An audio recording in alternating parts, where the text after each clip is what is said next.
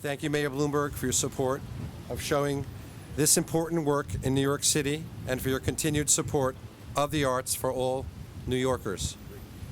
Thanks also to First Deputy Mayor Patty Harris and the rest of your administration, the Central Park Conservancy, and to Gary Czar for making today possible. Associates, colleagues, friends, family, and guests, we are here today to honor and celebrate the creative spirit of one of the world's most significant artists, Ai Weiwei. My name is Larry Warsh. I'm a longtime friend, supporter, and collector of Ai Weiwei's work. While Ai Weiwei cannot join us today, it's really important that he is heard through his voice, his art, and his vision. We are here to celebrate the launch of Ai Weiwei's first major public sculpture exhibition, The Circle of Animals, Zodiac Heads. This is the first time that public sculpture has been placed in the Pulitzer Fountain. These 12 monumental bronze heads were years in the making. As we know, Ai Weiwei cannot be here to take part in this special event. He remains detained without clear word of his fate. We are all very concerned about him and his family. Ai Weiwei lived in New York City for an entire decade, from 1983 to 1993. During that time, he immersed himself in the culture of this incredible city. He visited the great museums, he wandered the busy streets, and he worked a string of odd jobs. In essence, Ai Weiwei became a true New Yorker. He loves this city and its people. Because of New York's energy and amazing diversity, Weiwei once told me that he considers New York to be a Zodiac city. The installation of his Zodiac Heads at the historic Pulitzer Fountain is the realization of his unique vision. Ai Weiwei wanted everyone to enjoy the work, people of every age and background, especially children. I know Weiwei was anticipating this day with great excitement. It was our plan to celebrate this day together with all of you. But now, it's a very bittersweet moment. I know we are all feeling the same thing.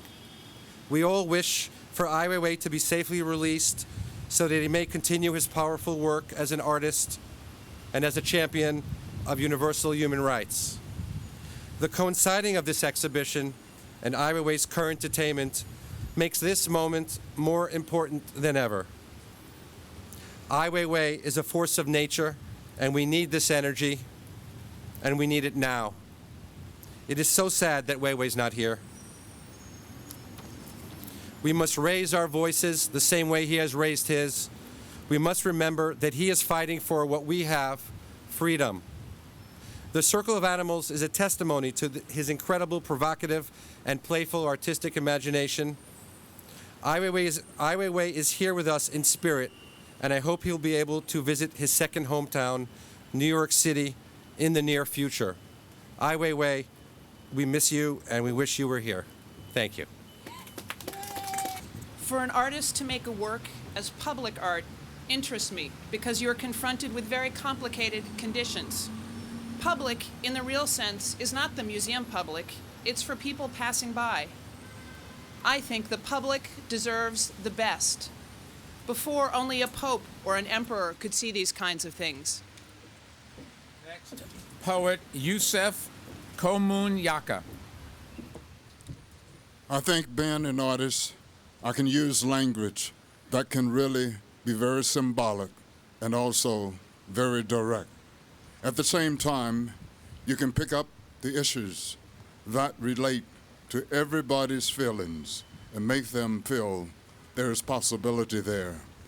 In other professions, I think it's not practical, it's not possible, but art, I think it's a better way because it can relate to anybody. Asia Society Museum Director Melissa Chu. In Chinese history, we see all kinds of animal images repeatedly.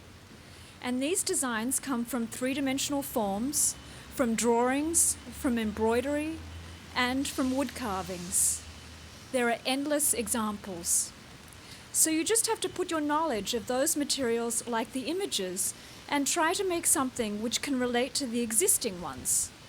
But you also want to stretch the idea and to make it acceptable to today's viewers. Choreographer Bill T. Jones.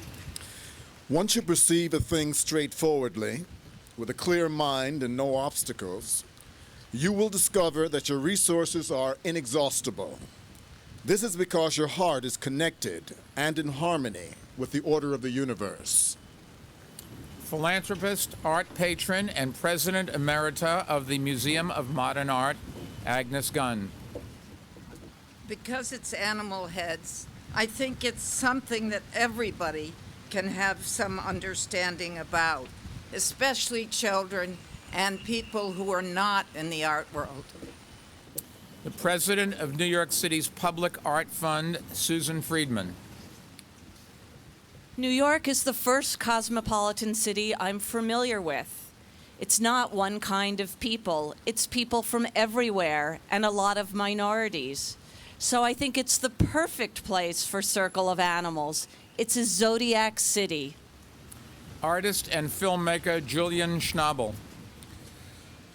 I think all aesthetic judgments, all the aesthetic choices we're making are moral choices. They cannot escape the moral dimension in this broader sense. It has to relate to the philosophical understanding of who we are and how so-called art and culture function in today's world.